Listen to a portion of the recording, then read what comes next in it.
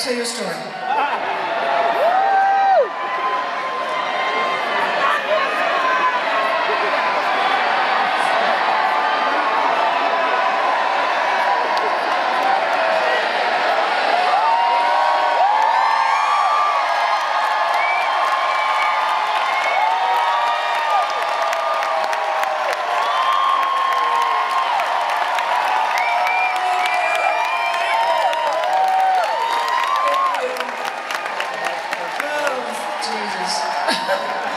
Oh, but thank you anyway, because it's only a number, as my mother says.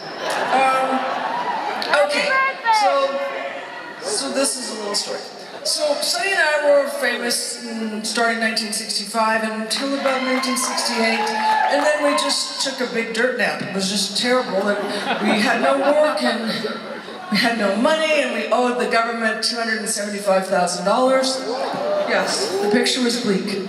And so Son said, give me 2 years and we will be back on top, we'll be bigger than ever.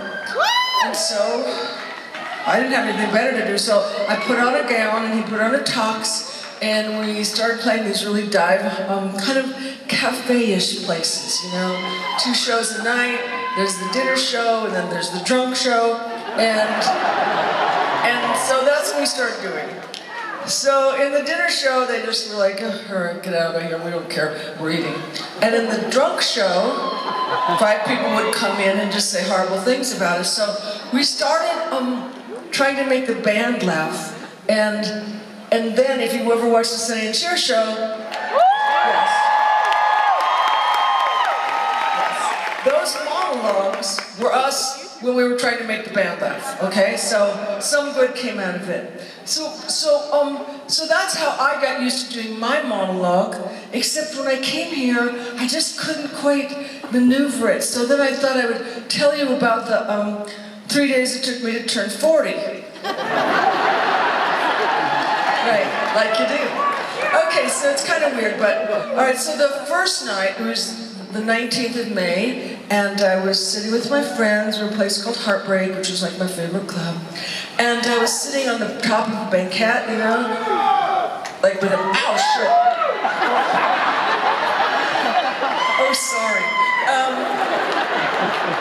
Yeah, whatever.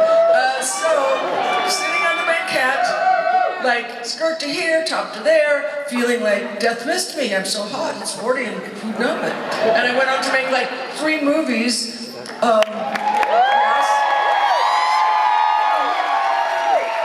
In that year. So anyway, I'm sitting there, and Paulette, my best friend, sitting next to me, and so I just looking around, drinking my beer, and I see the sky. And if I'd been like Bugs Bunny, my eyes, those little springs things would have come out, my eyes would have gone. They actually did anyway. And I said to Paulette, I said, Polly, don't look now, but there's the cutest guy I've ever seen. He's just over there. And so she went, huh? I hit her. And so this guy turned out to be Robert Camilletti, and he was wonderful, and he was perfect. So anyway, so we kind of spent all night kind of maneuvering around each other, but it wasn't happening, so I went home. So then I wake up in the morning, and I'm 40, and I'm staying in my friend's hotel, and I get a telephone call from the director of Witches. And zip it, save the applause. So he says, I don't want you, Jack doesn't think you're sexy and you're too old.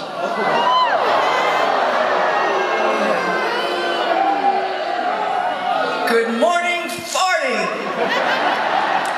So I'm listening to him and he goes on and on, that's not enough, you know, it would have been great if he said blah, blah, blah, blah, ham. But no, he wanted to explain it to me. And so tears were like streaming and streaming, and then my kids come in with my cake. 2 bellmen and my kids with this cake. So I quickly like switched to mom mode and pretend I'm crying because I'm so overjoyed with the cake.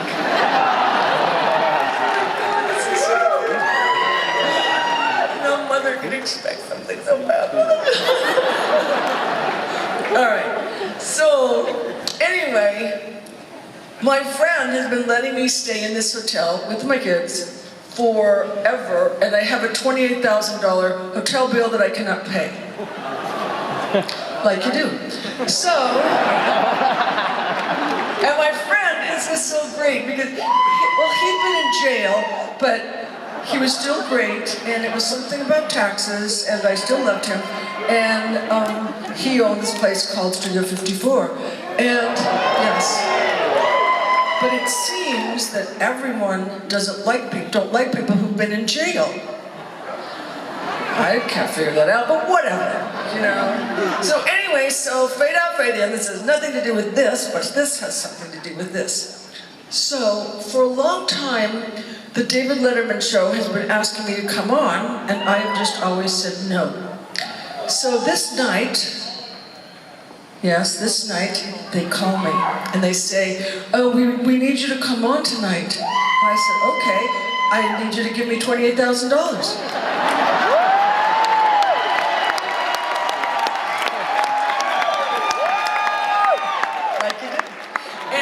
So they went, no, and I went, okay, well, bye. And about, I don't know, 15 minutes later, they called and said, okay, we'll give you the $28,000. Yes. So they must have been desperate. So anyway, so I go on, and I'm kind of rowdy as I look back on the film, you know, like, oh, black leggings and a big old tent-looking top and short hair and horrible, like, makeup that I just threw on in a second, you know. In my rearview mirror. No, I don't do that. I wasn't driving anyway, I was in a cab. So, if you don't want to hear any more of this, then you have to. So anyway, so I go there, and I'm sitting on the couch, and Dave and I are kind of like, Perry. We're doing that, okay? And then Dave looks over at me and he goes, so tell me, Cher, why haven't you ever come on my show before? And I know that he knows. And so I'm thinking really quickly, like, okay, well, you can't tell the truth, but you can't lie, and what are you going to do? Because this is going to put you at a terrible disadvantage, and it's just going to be horrible, and you're just going to be a liar, and it's going to be it, and it's going to be because I thought you were an asshole.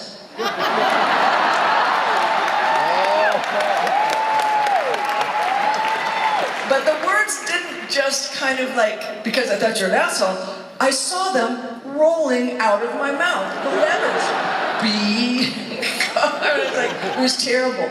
We became really good friends, and he told me that bothered him for 2 years. He had to go into therapy.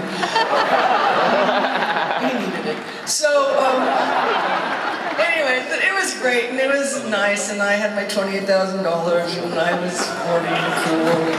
And so, yes, but that was then, and this is now.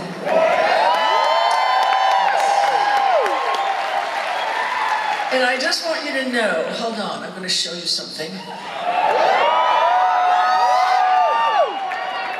My brother-in-law gave me this for my birthday because a couple of weeks ago, I did a 5-minute plank. Yes. Okay? I don't know, I just did it. So this is what my brother gave me. World Plank Champion Cher, 5 minutes. Get you some of that. Okay, so I am now 71, and I just have one question to ask you.